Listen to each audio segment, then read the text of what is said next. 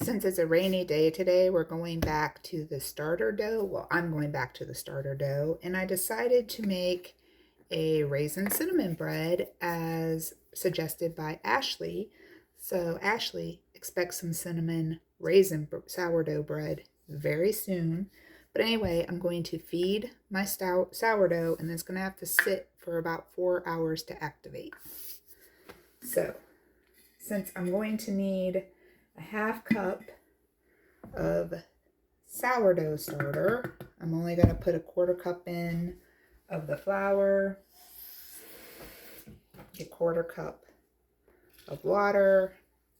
I'm going to mix, and then I'm going to let it sit for 4 hours. Okay, in the mixing bowl, we're going to add 3 cups of unbleached flour, which I'm using bread flour, 1.5 teaspoons of instant yeast is pretty much, or 2.5 teaspoons. It's the fast rising instant yeast. It's pretty much one package. You can just dump one package if it's like this in there.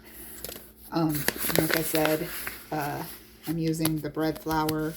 So you would also want 1.25 teaspoons of salt. Then you're going to use in here 1 large egg. You're going to use 5 tablespoons of unsalted butter. I put mine in the microwave because I wasn't paying attention. And then 1/2 cup of your sourdough starter that was fed earlier. So, and then 2/3 cup water, lukewarm water. And then I'm going to put in 1 teaspoon of pure vanilla extract. I use the pure because that's what I like. So I'm going to do that.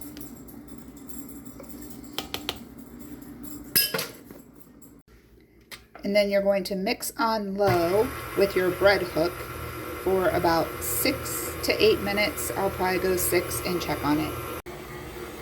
Wow, that dough gathered up nicely, and we still have 4.5 minutes left for it to knead. So yeah, it did mixed up really nicely on the bread hook. Then we're going to place the dough into a lightly greased coverable bowl, and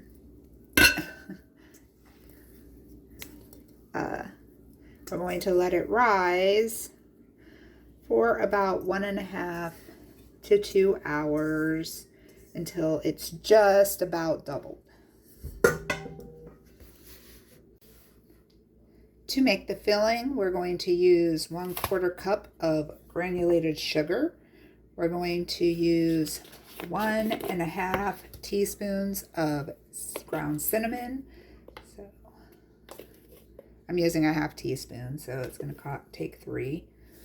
And then we're going to use 2 teaspoons of all-purpose flour. And we're going to mix that all together. And then this is what we're going to put on the inside of our bread to make it swirly.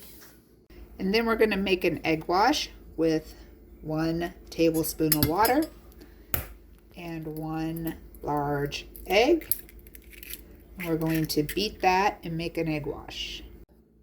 All right, we're going to deflate the dough and then transfer it to a lightly greased work surface.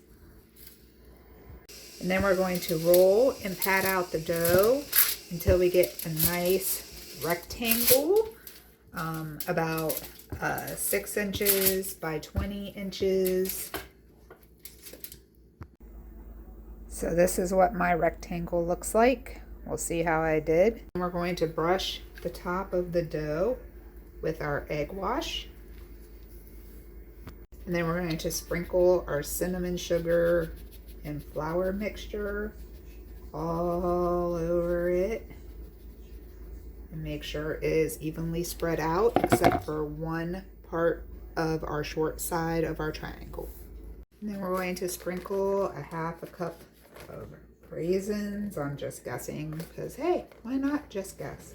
But anyway, half a cup of raisins onto our cinnamon sugar mixture. And then we're going to roll it up, starting with the side that we put all the way, like the raisin and cinnamon sugar, all the way to the end on.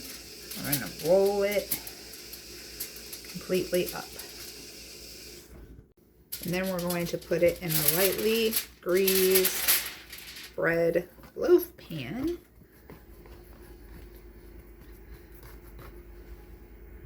Okay, we're putting the bread in the pan, the lightly greased loaf pan, seam side down. We're going to cover it and let it rise for an hour till it gets to about the top of this pan. And while I'm letting it raise, I'm preheating my oven to 350 degrees. Okay, now that it's risen to the point we wanted it, see how it just tops the top of the pan?